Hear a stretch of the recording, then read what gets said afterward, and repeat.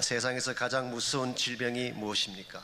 그때 의사가 딱 한마디로 대답을 했습니다. loneliness, 고독이라고 대답을 했습니다. 그리고 한 말씀 더 붙이셨습니다. No doctor can cure it. 어떤 의사도 이 병은 고칠 수가 없습니다. 어떤 면에서 우리에게 찾아오는 많은 질병 중에 어쩌면 가장 심각하고 위험한 질병이 고독인지도 모르겠습니다. 그것은 우리를 단절시키고 스스로 위축시키는 질병이기 때문에 그냥 두면 위험한 것입니다. 우울증에 걸릴 수도 있고 심한 경우에는 스스로 자신을 상하게 할 수도 있습니다. 이런 측면에서 고독이라는 질병은 잘 다룰 필요가 있는 것이죠. 20세기 미국을 대표하는 심리학자 중에 칼 라저스라는 분이 계시는데 그분은 고독을 두 가지 차원에서 설명을 했습니다. 첫 번째는 자신과의 단절에서 오는 것이 고독이다. 나 자신이 미워지고 나 자신에 대해 실망하기 시작하면서 자기 스스로 자기 마음의 문을 닫고 본인이 스스로 만든 소외감을 말하는 것입니다. 이것은 누구 탓이 아니라 자기 자신 속에서 일어나는 일이라고 할 수가 있겠죠. 두 번째 경우는 이웃과의 단절 때문에 주어지는 고독. 무언가 내 마음을 나눌 수 있는 상대를 찾지 못했을 때 우리는 고독감을 느끼게 됩니다. 사람이 없는 것이 아닙니다. 만나는 친구가 없는 것은 아닌데 정작 나의 마음이 깊은 것을 나누려고 하면 그것을 나눌 대상을 찾지 못할 때 우리 모두는 고독을 느끼게 되는 것입니다. 이런 의미에서 고독이라고 하는 질병은 우리의 능력과 아무 상관이 없습니다. 우리가 가진 물질적인 부와도 아무 상관이 없습니다. 아무리 많은 것을 가지고 좋은 환경에 산다고 할지라도 내 마음을 받아줄 누군가가 없다면 우리는 고독이라는 질병을 벗어날 수 없는 것입니다. 그래서 우리가 잘 아는 것처럼 돈을 많이 가진 재벌들이 자살하지 않습니까? 왜 그리 많은 돈을 가지고도 목숨을 끊을까요? 인기 최절정에 있는 탤런트가 스스로 삶을 포기하는 경우도 보게 됩니다. 왜 그렇게 인기 많은 사람이 자기 스스로 삶을 포기할까요? 그것은 환경이나 주어진 여건 때문이 아니라 자기 마음속에 주어진 고독이라는 근본 문제를 해결하지 못했기 때문에 그런 것입니다. 오늘 여러분의 마음은 어떠한지 모르겠습니다. 여러분 마음 중심에는 기쁨과 자신감이 넘치고 있는지요? 아니면 외로움이나 허전함으로 방황하는 마음을 가진 분들이 계시는지요? 솔직히 말씀을 드리자면 정도의 차이는 있지만 우리 모두에게는 고독의 증상이 있습니다. 채워지지 않는 마음이 있고 그 결과 외로워하고 쓸쓸함을 느낄 때가 있는 것입니다. 성경 말씀에 의하면 하나님은 여러분과 저를 위해 최상의 축제를 준비하시고 함께 먹고 마시자고 초청하고 계십니다. 예수님께서 말씀하신 많은 비유 중에 천국 비유가 나오는데 대다수의 비유는 잔치에 대한 비유를 말씀하세요. 천국은 feast, 잔치가 이루어지는 곳입니다. 하나님은 이 땅에 사는 동안에도 여러분과 저를 위해 축제를 준비하시고 하늘나라 가게 되면 하나님께서 준비하신 큰 축제가 예비되어 있는데 우리 모두를 초청해서 하나님만이 주실 수 있는 축복의 은혜와 교제를 나눠주기를 원하시는 것입니다. 문제는 하나님이 이와 같이 여러분과 저에게 축제를 예비하시고 축복을 나눠주시기를 원하지만 이것을 누리지 못한다는데 오늘 여러분과 저의 문제가 있습니다. 어떻게 하면 이 세상이 나에게 주는 위로가 아니라 하나님만이 주시는 위로를 받고 우리의 고독한 마음이 해결되고 더 기쁨이 충만한 인생으로 변화될 수 있을지 오늘 같이 봉독한 본문을 가지고 그것을 함께 나눠보려고 합니다. 오늘 같이 읽은 본문에 보시게 되면 그리스도인들이 참여해야 될 참된 축복의 교제가 어떠한 것인가에 대한 말씀이 오늘 본문에 기록이 되어 있습니다. 먼저 14절 말씀 보시면 그런즉 내 사랑하는 자들아 우상 숭배하는 일을 피하라 그랬어요. 여기 우상 숭배하는 일이라고 하는 것은 더 정확하게 말하면 이방 신상을 만들고 그 앞에 축제를 벌였던 이방 신들의 축제를 말하는 것입니다. 옛날 고린도 지역에는 주피터나 아폴로나 비너스 같은 우리 헬라의 신화에 나오는 신들을 섬기는 많은 제단들이 존재했다고 합니다. 그러다 보니까 고린도 교회 다니시는 성도들 가운데도 이 축제에 참석을 하고 축제가 끝난 후에 그게 바쳐진 제물을 나누어 먹고 마시는 사람들이 있었던 것 같습니다. 여기에 대해서 바울은 너희들이 그것을 피해야 된다. 문자적으로 해석을 하자면 도망치라 그런 뜻이에요. 그 근처에는 아예 얼씬거리지도 말라 그렇게 고면하고 있습니다. 자, 왜 사도 바울이 우상의 제물을 함께 먹는 문제에 대해서처럼 단호하게 말씀하고 있는 것일까요? 이건 지난번에 소개해드렸던 것처럼 단순히 우상에 바쳐진 고기를 시장에서 사 먹는 것하고는 다른 케이스입니다. 여기에 대해서는 8장을 다룰 때 이미 말씀드린 것처럼 우상은 아무것도 아니고 그러므로 우상에 바쳐진 제물도 아무것도 아니기 때문에 이건 먹든지 먹지 않든지 상관이 없다는 말씀을 드렸습니다. 오늘 본문의 케이스는 그런 케이스가 아니에요.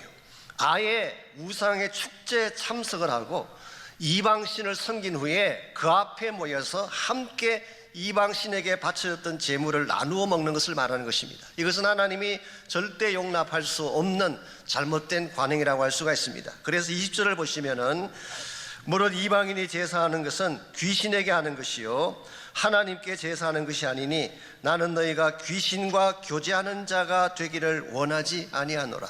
여기서 사도 바울은 이방 신상에 가서 그들과 함께 축제에 참석하는 것은 바로 귀신과 교제하는 것이다, 그렇게 말하고 있습니다.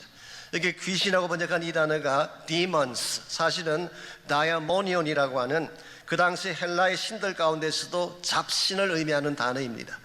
신화 속에 나오는 신들, 그 신들도 사실은 아무것도 아니라고 말씀드렸죠. 문자 그대로 mythology, 신화에 나오는 인물에 불과한 것입니다. 그런데 이와 같은 신화에 나오는 이방 신들을 섬기는 축제 뒤에는 악한 영들이 있다는 것입니다. 이 악한 영들을 오늘 보면은 demons, 귀신 혹은 악령이라고 표현을 했고, 만일 이와 같은 축제에 참석을 하게 되면 결과적으로 귀신과 한 몸이 되어서 교제하는 것이 된다. 그러므로 이것은 절대로 해서는 안 된다고 말씀하고 있습니다. 여기서 귀신과 교제한다고 할 때 교제라고 하는 이 단어가 헬라말로 코이노누스라는 단어, 코이노니아의 현재 분사형을 사용하고 있습니다. 코이노니아가 무슨 뜻인가요? 교회에서 많이 쓰는 용어이죠. 일반적으로 fellowship, 교제라고 번역을 하는 것입니다만은 사실은 그보다는 조금 더 깊은 의미를 담고 있습니다. 한 몸이 되어서 모든 것을 쉐어링하고 나누는 것을 코이노니아라고 부르는 것입니다. 그런데 만일 그리스도인이라는 사람이 이방 신을 섬기는 제단에 가서 귀신과 함께 한 몸이 되어서 모든 것을 나누게 된다면 결과가 어떻게 되겠어요? 얼마나 그 마음이 상하고 그 마음이 어두워지게 되겠습니까? 이런 의미에서 귀신과 나누는 교제는 엄난의 교제 혹은 어두움의 코이노니아라고 부를 수가 있습니다. 이것은 그리스도인들이 절대로 추구해서는 안 될 잘못된 케이스입니다. 그 반면에 우리가 추구해야 될 교제가 있습니다. 그것은 바로 예수 그리스도의 축제에 참여함으로써 그리스도와 함께 나누는 코이노니아, 이것이 바로 오늘 본문이 말하고 있는 축복의 코이노니아입니다. 16절을 보시기 바랍니다. 우리가 축복하는 바 축복의 잔은 그리스도의 피에 참여함이 아니며 우리가 떼는 떡은 그리스도의 몸에 참여함이 아니냐.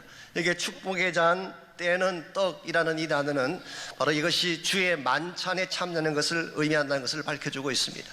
주의 만찬은 예수님께서 제정한 것이죠. 그러나 그 기원은 사실은 구약 성경에 나오는 유월절에 그 기초를 두고 있습니다. 유월절 만찬에는 사실 잔이 하나만 있는 것이 아니고 4번 있습니다. 4번의 잔인데 그 중에 3번째 잔을 축복의 잔이라고 부릅니다. 그래서 오늘 본문에서 축복의 잔, 떼는 떡은 유월절과 연결은 되지만 사실은 예수님께서 제정하신 주의 만찬을 말하는 것입니다. 이와 같이 그리스도의 축복의 잔은 그리스도의 피에 참여하는 것이고 우리가 떼는 떡은 그리스도의 몸에 참여하는 것이다.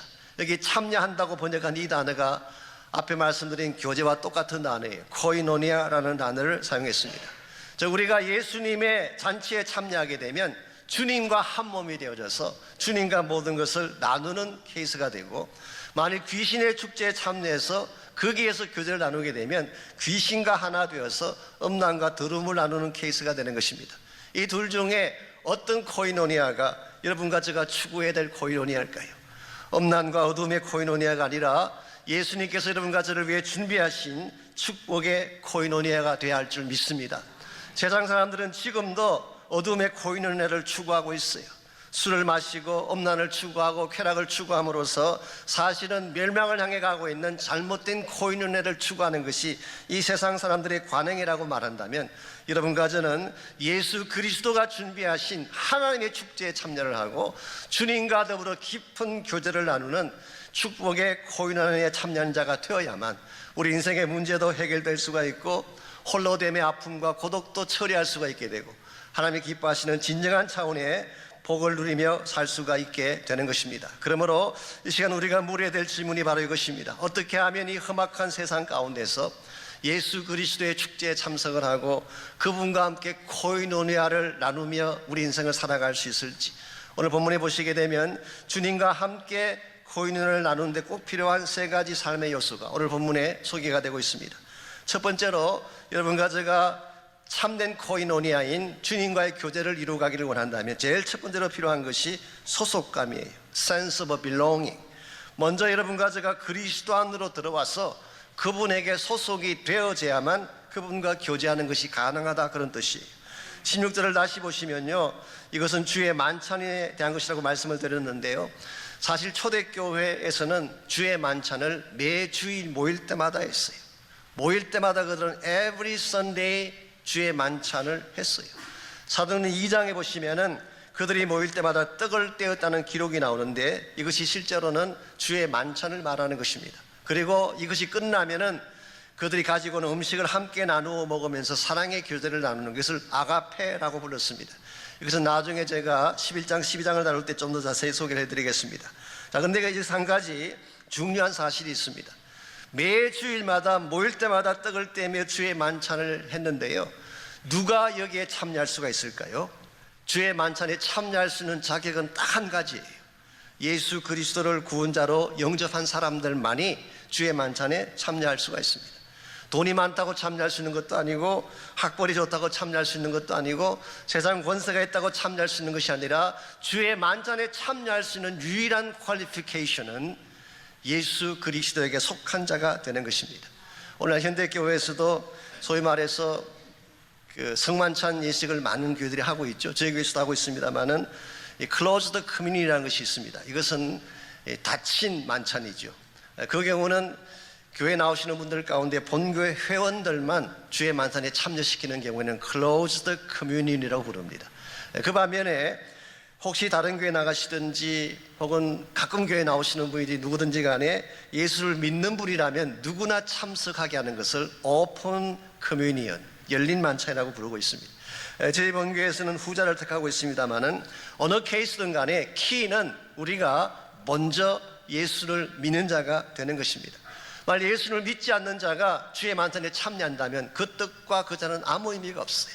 먹을 이유도 없고 먹어봐야 아무 축복이 되지 않는 것입니다. 그러므로 우리가 참 주의 만찬에 참여를 하고 주님과 더불어 깊은 교제를 나누기를 소원한다면 그리스도 안으로 들어오셔야 돼요.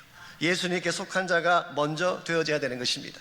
혹시 여러분 가운데 아직도 주님을 마음의 중심에 모시지 못한 분이 있다면 지금이라도 마음의 문을 여시고 그분을 꼭 초청하시기를 바랍니다. 그분을 만나고 그분 안에 들어와야만 그분이 여러분의 실제적인 도움자가 될 수 있고 축복의 근거가 될 수가 있는 것입니다. 우리가 이미 알고 있는 것처럼 우리 인생 여정은 혼자 걷기에는 너무 타프합니다.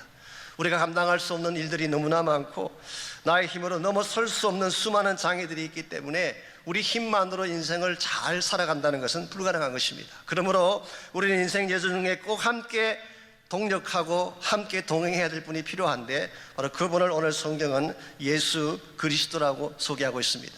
여러분의 인생이 아무리 어려울지라도 아무리 힘든 가운데 있을지라도 믿음의 손을 내밀어서 그분을 만지기만 하면 그분이 여러분을 도와주시고 여러분 인생의 치유자로 여러분의 삶을 이끌어 주시는 것입니다. 저는 그 좋은 예가 마가복음 5장에 나오는 혈루병을 앓던 여인의 케이스라고 생각합니다. 이 여자의 이름은 성경에 나오지 않습니다. 어떤 분들은 우리 기독교 전승에 하면은 이분의 이름이 베로니카라고 이렇게 말하기도 하지만 확실한 것은 아닙니다. 이분이 어떤 배경을 가지고 있으며 어디서 무엇을 하는 분인지는 확실하진 않지만 한 가지 분명한 것은 이분은 혼자였다는 사실이에요. 이분은 고독한 가운데 계신 분이었어요. 어느 누구도 도와줄 수 없는, 어느 누구도 함께하지 않는 가장 고독한 가운데 있었던 사람이 바로 마가복음 5장에 나오는 혈루병 여인이었습니다.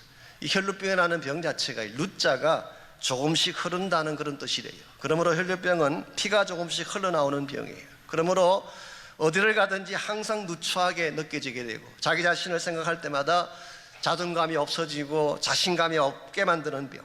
특별히 구약 성경인 레위기에 보게 되면 이 혈루병을 나병과 같이 취급을 했어요. 그 사람들이 이 사람 곁에는 다가서지 않습니다. 직장도 가질 수가 없고 가정도 가질 수가 없고 직업도 가질 수가 없는 이와 같은 처지의 사람. 특별히 구약 성경은 성전에 들어가는 것도 금지를 시켰어요. 영적으로, 개인적으로, 사회적으로 모든 사람이 다가오지 못하는 혼자만 살았던 인생, 사람들이 나타나면 죄인처럼 숨어야 했던 인생, 이와 같은 삶을 이 여인이 얼마 동안 했다고요? 12년 동안 해왔어요. 12년 동안 이와 같이 고독한 가운데에 홀로됨의 고통을 느끼며 살아도 보니까 얼마나 그 삶이 지치고 힘들었겠습니까? 그런데 어느 날 예수님께서 데가볼리 사역을 마치고 가버나움으로 돌아오신다는 소식이 들려왔어요. 그때 이 여인의 마음속에 저분을 만나면 나의 이 질병을 고침받을 수 있겠구나. 그래서 그는 수많은 사람들이 운집해 있는 그 주님께로 다가갔어요. 보통 사람 같았으면 앞에 나가서 주여 나를 도와주셔서 그렇게 외칠 텐데, 지금까지 숨어 살았던 여인, 소극적으로 자존감이 없는 가운데 살았던 여인에게 감히 앞장서서 말하지 못하고 뒤로 돌아가서 옷자락만 만진 것입니다. 그랬는데 그 순간 기적이 일어났어요. 혈로의 그 눈이 마르게 되고 온몸을 흐르는 강력한 능력이 그의 몸속에 임하는 것을 느끼게 됐어요. 이 능력이 어디에서 온 것일까요? 주님에게서 나온 것입니다. 비록 자기는 연약했지만 주님의 옷에 믿음으로 손을 대었을 때에 주님이 가지고 계신 그 능력이 그에게로 전달되어져서 그 몸속에 흐르고 있던 혈루병의 근원도 치유해 주시고 그의 마음속에 있던 모든 질병도 고쳐주신 것입니다. 더 놀라운 사실이 뭔지 아십니까? 예수님께서 이 사실을 알고 가던 길을 멈추셨어요. 성경 그렇게 기록되어 있습니다. 예수님께서 이 여자를 찾으려고 둘러보시니라. 영어 성경 보게 되면 Jesus stopped and turned around to find her. 예수님께서 가던 길을 멈추시고 몸을 돌리셔서 그를 찾고자 했다, 그 뜻이. 이 대목을 읽을 때마다 저는 제 마음속에 굉장한 감격이 됩니다. 아니, 그 위대하신 하나님의 아들이, 그렇게 바쁘고 큰 일을 많이 하실 그 하나님의 아들이 한 사람 때문에, 그것도 가장 누추하고 더러운 한 여인 때문에 멈추어 섰다는 사실이 경이롭지 않습니까? 그러나 여러분, 이 주님은 여러분과 저의 삶을 위해서도 멈출 수 있는 용의가 있는 하나님이세요. 내가 가장 힘들어할 때에, 누구도 나를 도울 자가 없을 때에 주님 가던 길을 멈추시고 여러분 때문에 얼마든지 멈추셔서 여러분을 도우실 수 있는 하나님이십니다. 우리에게 이 주님이 필요한 것입니다. 이 주님을 만나고 이 주님 안에 들어와야만 여러분 혼자 힘으로 해결할 수 없는 인생의 문제도 처리가 되어지게 되고 내 마음속에 주님만이 주시는 위로와 축복으로 가득 넘쳐나서 새 삶을 살게 되는 것입니다. 이런 면에서 우리가 참 예수님과 함께 동행하며 그분과 코이노니아를 가지기를 원한다면 1차적으로 그분에게 먼저 속해야 합니다. 소속감이 필요합니다. 두 번째로 주님과 코이노니아를 나누려면 동질감을 가져야 됩니다. 같은 마음, 같은 위치 혹은 한 몸 관계가 되어져야만 주님이 우리와 함께 교제하심을 느낄 수가 있습니다. 그래서 오늘 본문은 그리스도와 한 몸이 되어서 함께 먹고 마시는 삶을 묘사해 주고 있습니다. 17절 18절을 보십시오. 떡이 하나요 많은 우리가 한 몸이니 우리는 우리가 다 한 떡에 참여함이라. 여기 한 몸이란 단어고 한 떡이란 표현이 나오는데요, 이것은 두 가지로 해석이 가능합니다. 하나는 그리스도의 몸 자체를 의미할 수도 있고 또 한 가지는 그리스도의 몸인 교회를 의미할 수도 있어요. 이 사도 바울은 교회를 묘사할 때 가장 많이 쓴 단어가 body of Christ, 그리스도의 몸이라는 단어를 썼습니다. 그러므로 이 한 몸이라는 단어는 예수님 자체를 말할 수도 있고 예수님이 머리가 되시는 신앙 공동체인 교회를 말할 수도 있습니다. 오늘 본문은 무엇을 강조하고 있습니까? 우리 모두가 예수 그리스도 안에서 하나가 된다. 주님 안에서 한 떡이 된다. 비록 우리의 개성도 다르고 배경도 다르고 모든 것이 다 다르지만 그리스도 안에서 하나가 될 때 우리 삶 속에 진정한 차원의 위로가 가능하고 회복이 가능하다, 이 사실을 강조하고 있습니다. 아시는 오늘 이 시대는 개인주의가 팽배한 시대입니다. 나만을 위한 시대, 나의 삶만 책임지려고 하는 경향이 현대인들 마음속에 있어요. 나의 이웃이 어떻게 살든 상관하지 않습니다. 같은 교회를 다니지만 형제나 자매가 어떤 위치에 있든 we don't care, 우리는 별로 상관하지 않습니다. 그러나 오늘 하나님의 말씀은 우리가 그리스도 안에서 한 지체가 되어서 한 몸을 이루게 될 때에 이것이 참된 차원의 교제를 이루게 되고 참된 차원의 위로와 능력을 공급받게 된다, 그렇게 말씀하고 있습니다. 그래서 18절을 계속 보십시오. 사도 바울은 구약 성경에 나오는 유명한 제사 하나를 그 예로 들고 있습니다. 육신을 따라 난 이스라엘을 보라. 유대인을 말합니다. 제물을 먹는 자들이 제단에 참여하는 자들이 아니냐. 이것은 사실은 레위기 7장 5절에 기록되어 있는 화목 제사를 오늘 본문이 묘사한 것입니다. 성경에는 5가지 제사 제도가 있죠. 우리 레위기서 보게 되면 5가지 제사 제도 중에 유일하게 제물을 드린 사람과 제사장이 함께 제단 앞에서 제물을 나누어 먹는 제사가 화목 제사입니다. 그래서 화목 제사는 굉장히 풍성하고 함께 떡을 떼며 교제하는 자리이기 때문에 오늘 본문에서 바울은 구약 성경에 기록된 화목 제사를 그 예로 든 것입니다. 이 화목 제사는 peace offering, 하나님과 우리의 관계도 화목하게 만들지만 서로 인간관계도 화목하게 만들어서 하나 되게 만드는 상징적인 의미가 화목 제사 속에 포함되어 있습니다. 오늘 우리 인생 가운데 고독이 찾아오는 이유는 혼자 있기 때문이에요. 단절되어 살기 때문에 우리가 느끼게 되는 것이 loneliness. 근데 만일 우리가 그리스도의 피 안에서 하나님의 은혜 안에서 하나가 되어서 서로 섬기고 서로 돕게 된다면 우리는 굉장히 큰 지체가 되는 것입니다. 이게 교회의 아름다운 모습이고 성도와 성도가 만났을 때 이루어질 수 있는 소중한 교제의 열매라고 말할 수가 있습니다. 우리 한 사람은 연약할지라도 서로 연합하게 되면 강한 자가 될 수 있게 되고 그 결과 하나님이 더 큰 역사를 이룰 수가 있는 것입니다. 그래서 전도서 4장 12절은 이렇게 말씀하고 있습니다. 한 사람이면 패하겠거니와 두 사람이면 능히 당하리니 삼겹줄은 쉽게 끊어지지 아니하느니라. 삼겹줄입니다. 삼겹살이 아니고, 제가 늘 강조하지만 시장할 때 본문을 읽으시면 삼겹살을 읽기가 참 쉬우신데 삼겹줄, 세 개로 엮어진 줄은 함부로 끊어지지 않는다는 것입니다. 이게 연합의 파워를 강조하는 것입니다.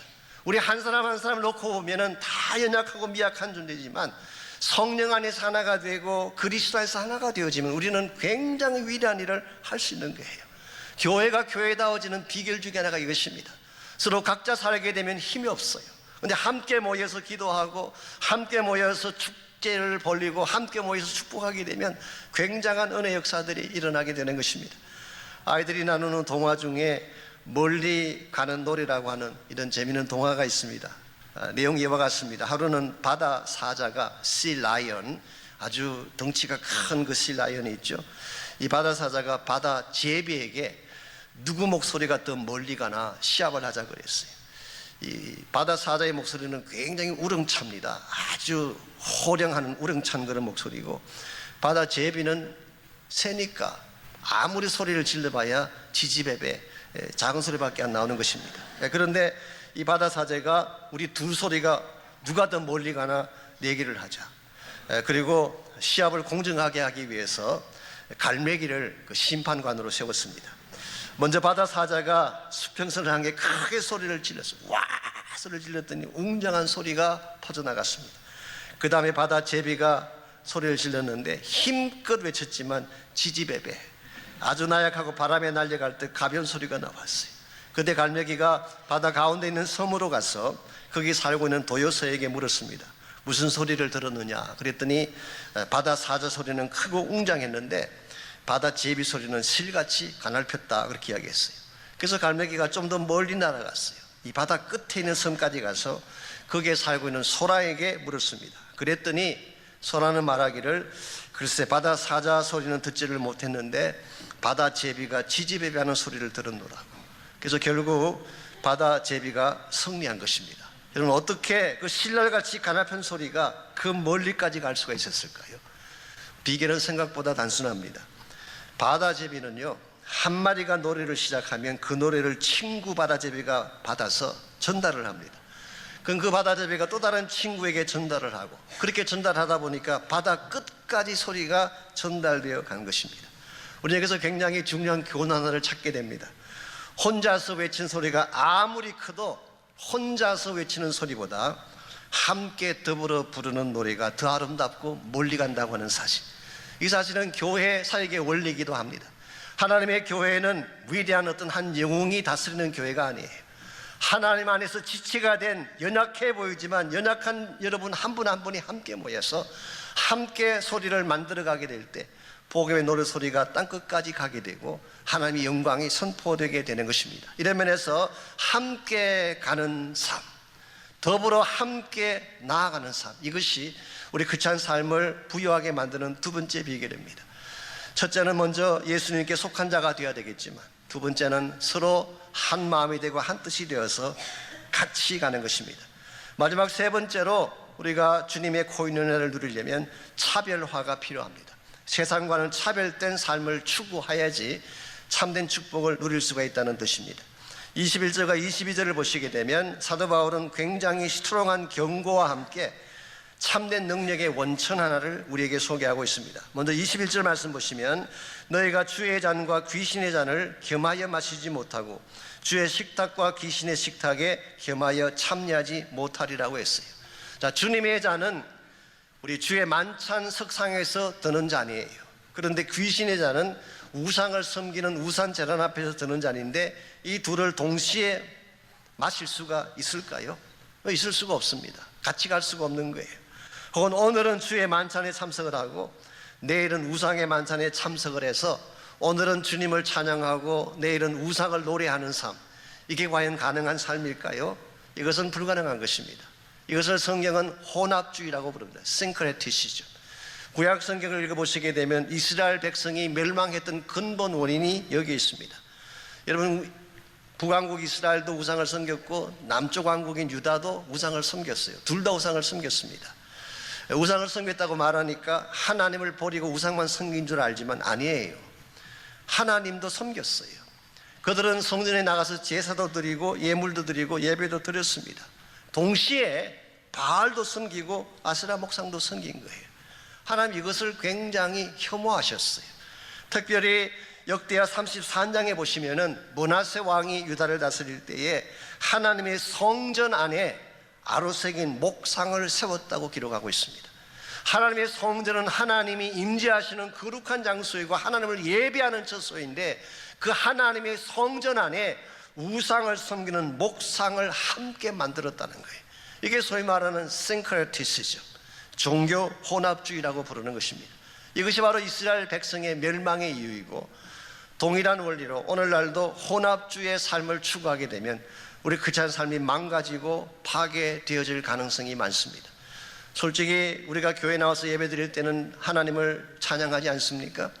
교회 나와서 예배 드릴 때는 누가 봐도 하나님께서 준비하신 축복의 잔을 마시는 것처럼 보이는데, 여러분 세상에 들어가면 어떻게 되나요? 세상에 나에게 주는 잔도 마시지 않나요? 쾌락의 잔, 음란의 잔, 탐욕의 잔을 마실 때가 많지 않습니까? 교회에 나와 쓰는 그리스도인 같은데 세상에 나가게 되면 우상을 섬긴 자와 똑같은 삶을 반복하게 된다면 오늘 본문이 말하는 것처럼 축복의 잔과 주의 잔과 귀신의 잔을 겸하여 마시는 케이스가 되는 것입니다. 그러므로 하나님이 기뻐하는 삶은 구별되는 거예요. 우리는 세상과 구별되게 살아야 되고, 세상이 나에게 안겨주는 쾌락의 잔을 마시며 사는 것이 아니라 성령이 나에게 주시는 축복의 잔, 생수의 잔을 마시며 살아가야지 참 그리스도인이 될 수가 있고 하나님 영광을 위해 살 수가 있는 것입니다. 여러분이 아시는 것처럼 참된 축복의 원천은 세상에 있지 않습니다. 진정한 회복과 능력의 원천도 세상이 줄 수 없어요. 오직 하나님 한 분만이 여러분과 저에게 진정한 차원의 복을 줄 수가 있게 되고 생수와 능력을 부어주실 수가 있는 것입니다. 그렇기 때문에 22절을 보시면은 사도 바울은 경고와 함께 우리 모두가 정말 붙잡아야 될 참된 능력의 원천을 소개하고 있습니다. 그럼 우리가 주를 노여워하시게 하겠느냐? 우리가 주보다 강한 자냐? 이걸 쉽게 풀어 설명하면 이런 뜻입니다. 너희들이 귀신의 잔을 마심으로 주님의 진노를 받겠느냐? 반대로 하나님이 나에게 주시는 예수님의 잔을 내가 마심으로 말미암아 우리보다 훨씬 강한 존재이신 하나님의 능력을 공급받으며 살겠느냐? 이거를 사도 바울의 제안입니다. 우리가 이 세상에 큰약되어져서 세상과 연결되어 살게 되면 재미있어 보이고 쾌락이 넘치는 것 같고 잠깐 마음에 만족이 있는 것처럼 느껴지지만 세상과 연결되어 나에게 주어진 축복은 진짜가 아니에요. 다 가짜예요. 아무리 많은 물질을 소유하고 아무리 많은 능력과 건설을 가졌다고 하더라도 그거는 진정한 축복의 근원이 못 됩니다. 그런데 만일 우리의 인생이 connected to God, 하나님에게 연결되게 되면, 예수 그리스도에게 연결되게 되면 그분 안에 준비되어져 있는 모든 생수의 능력과 축복의 능력이 우리의 소유가 되는 것입니다. 이런 면에서 여러분이 참된 의미에서의 기쁨을 회복하고 홀로 걸어가는 인생이 아니라 하나님과 더불어 풍성한 종류의 삶을 추구하기를 원한다면 그리스도에게 연결돼야 돼요. 하나님의 능력에 커넥티드 되어야 하는 것입니다. 그때에 비록 우리가 연약할지라도 나 앞에 주어진 모든 장애를 뛰어넘어서 참 승리자로 살아갈 수가 있게 되고 이 세상을 호령하며 바르게 사는 것이 가능해지는 것입니다. 여러분께서 잘 아시는 안토니 깜폴로라는 교수님이 계시죠. 이분이 한 분은 낸시라고 하는 한 자매님을 만난 적이 있습니다. 이 자매님은 장애자예요. 휠체어를 타고 다니시면서 하반신이 불구로 사는 그런 분입니다. 그런데 이 자매님이 한 번은 신문에 광고를 냈는데 이런 광고를 냈습니다. 혹시 여러분 가운데 외롭다거나 힘들어서 혼자 살기 어려운 분이 혹시 계신다면 저에게 전화를 주십시오. 저는 휠체어를 타고 다니는 사람이기 때문에 대부분의 시간을 집에서 보냅니다. 이런 광고를 냈어요. 저는 그 광고 내용 자체가 참 특이하다고 생각합니다. 자기 스스로 본인을 장애자로 밝힌다는 게 쉬운 일일까요? 근데 본인 스스로가 휠체어를 타고 다니는 장애자래요. 그러나 그 장애자가 누구를 돕겠다고 광고를 낸 것입니다. 과연 누가 이 광고를 보고 전화를 하겠어요? 그럼에도 불구하고 놀랍게도 이 짧은 광고가 굉장한 위력을 발휘했습니다. 일주일에 30통 이상의 전화가 걸려왔고요. 전화를 받고 이 낸시와 대화만 하면 지쳤던 사람들이 회복이 일어나고 고독 가운데 있는 사람들이 다시 힘을 얻게 되고 심지어 자살할 생각했던 사람들이 예수께로 돌아오는 역사가 일어난 것입니다. 이것을 지켜보았던 안토니 깜폴로 교수가 낸시에게 물었어요. 내가 볼 때 당신은 disabled, 장애자고 다른 사람이 가지고 있는 것 가운데 가지지 못한 것이 훨씬 더 많아 보이는 사람인데 어떻게 다른 사람들이 하지 못하는 이런 위대한 일을 하는 것이 가능했는가? 그때 낸시의 대답이 다음과 같습니다. 보시다시피 나의 외형은 장애자입니다. 그러나 내 안에는 부활하신 예수 그리스도가 계십니다. 나의 마음이 그분과 연결되어져 있기만 하다면 어떤 핸디캡도 장애가 될 수 없습니다. 저는 이것이 크리스찬 삶의 진짜 위력으로 생각합니다. 나의 능력으로 사는 게 아니에요. 나의 피지컬한 조건으로 세상을 이기는 것이 아닙니다. 내 안에 오신 예수님 때문에 나를 사랑하시고 나에게 부활의 능력을 안겨주실 예수 그리스도 때문에 비록 나의 외형은 연약하고 미약할지라도 예수님 때문에 장애도 넘어서고 내 앞에 주어진 난관도 극복해내고 그래서 마침내 하나님의 사람답게 바르게 살아가는 것, 이것이 성경이 제시하고 있는 크리스찬 삶의 본질이라고 생각합니다. 여러분과 저는 인생 여정을 걸어가고 있습니다. 우리가 일평생을 달려가야 될 우리 인생의 journey는 결코 쉽지 않은 거 아시죠? 타프합니다. 때로는 힘들기도 하고 포기하고 싶을 때도 한두 번이 아니고 누군가가 나를 도와주지 않는다고 느낄 때에 홀로 걷기에 너무나 힘든 것이 인생의 여정 과정입니다. 그러므로 이 인생의 여정 가운데는 반드시 함께 가야 될 동행자가 있어야 됩니다. 어떤 순간에도 손을 놓지 아니할 동행자, 어떤 상황이 찾아와도 내 편이 되어서 나를 도와줄 수 있는 동행자, 그리고 가장 나의 누추한 것을 다 보여주어도 아무 뒤탈이 없이 끝까지 나를 사랑하실 동행자가 필요합니다. 그분이 누구일까요? 여러분과 저를 위해 이 땅에 오시고 죽으시고 부활하신 예수 그리스도 한 분밖에 없습니다. 오늘 아침 여러분이 그분을 꼭 만나셔야 돼요. 그분 만나지 않고는 인생의 문제를 해결할 수도 없고 남아있는 인생의 여정을 완주하며 달려갈 수는 힘도 얻을 수가 없습니다. 그러나 그분 만나게 되면, 그분을 통하여 능력을 받게 되면, 그분과 영적인 교제를 나누며 참된 코이노네를 나누며 살게 되면 어떠한 역경이나 어려움이 찾아와도 여러분 그것을 넘어설 수 있게 되고 참 하나님의 영광 위에 달려갈 수가 있게 됩니다. 이런 면에서 혹시 아직도 주님 만나지 못한 분이 있다면 마음의 문을 여시고 주님을 꼭 초청하시기를 바라고, 예수님 만난 분들은 이 시간 여러분의 인생을 그분에게 맡기시고 믿음의 손을 내밀어서 그분을 꼭 붙드시기를 바랍니다. 주님 나를 도와주십시오. 나의 동행자가 되어주십시오. 나 혼자 걷기에는 너무나 힘이 듭니다. 주님 나의 동행자가 되어주십시오. 이와 같은 고백으로 하나님께 기도하고 결단하고 헌신하면 좋겠습니다.